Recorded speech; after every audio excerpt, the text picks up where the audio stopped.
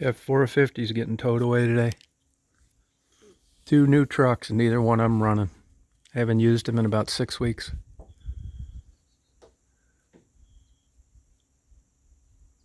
Yeah, I'll tell you a funny story on this one. So the other one actually. So the other one's a 250, same engine though, 6.7 diesel. So that damn thing starts doing the same thing as this one's doing. Gets worse, worse, worse. Finally strands Marty down in Dothan, Alabama. So, he's got the deluxe warranty on it and all that stuff. It's supposed to cover you, tow you back and all that stuff. Gets it towed back to the dealer. The tow bill's $800. Dealer starts looking at it and says, hey, this is fuel contamination. It's not covered by the warranty. $8,000 bill, which they gave him a break on because, they knew what he'd been through. He's without a truck. We've been using an Escort as a loaner, that kind of thing. $800 tow bill. It's like, well, we can't help you with that. Well, he's a good guy. He makes pretty good money, so he just put up with it.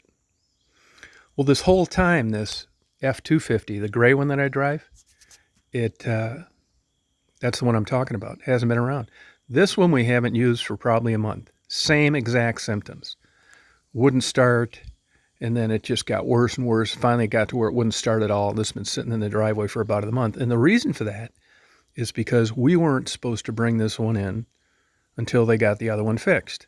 And to be honest with you, we were kind of thinking, well, this is a good time to do a cheap litmus test and take it someplace else. We never bought into the fuel contamination. And the reason for that is because if you look at fuel contamination, or if you've ever had it happen, that's not the way it goes down. And the place that we get 95% of our fuel is a brand new station with brand new tanks that's very busy. So it'd be least likely to get any fuel contamination with.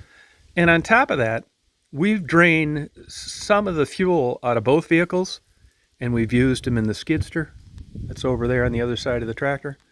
And we've probably used 75 gallons in the tractor, no problem. Now you can argue, well, the fuel systems are different on farm equipment than they are on vehicles, and you'd be right, that's true. But you would have thought there would have been some kind of hint if fuel contamination was the issue. So on the F-250, the gray one that I was talking about, it's always going to be ready. It's going to be ready this week, next week, going on about 6 weeks, haven't used it. Finally, they call, and we're supposed to pick it up a week ago Monday.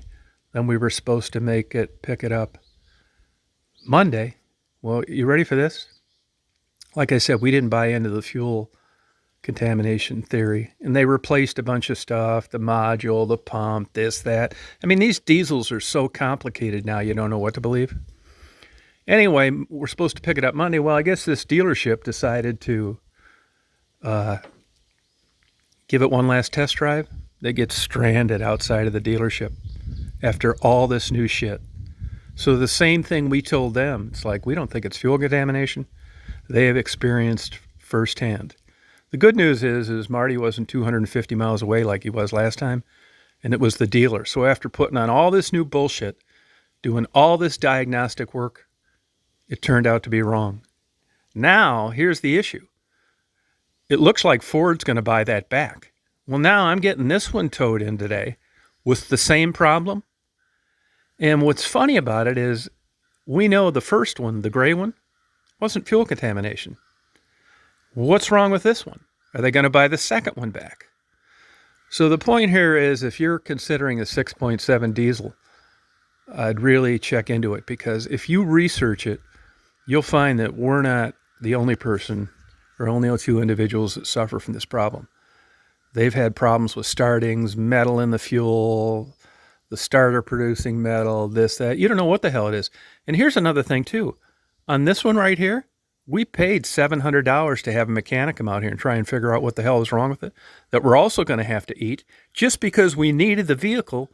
And an Escape, even though that was nice of them to lend it to us, doesn't do what a pickup does. So if you're considering buying a Ford, do your research on the difficulties they've had with these vehicles running, because they're going to try and bill you for the whole charge, which is crazy, and not pay for it under warranty. I'm not saying they're ripping people off. I think that the dealer in good faith thought that it was a fuel contamination issue, but we got the best test ever this week, and that is that it failed on them after all this expensive stuff, and Ford's going to buy it back. So beware on buying the Ford 6.7 diesel.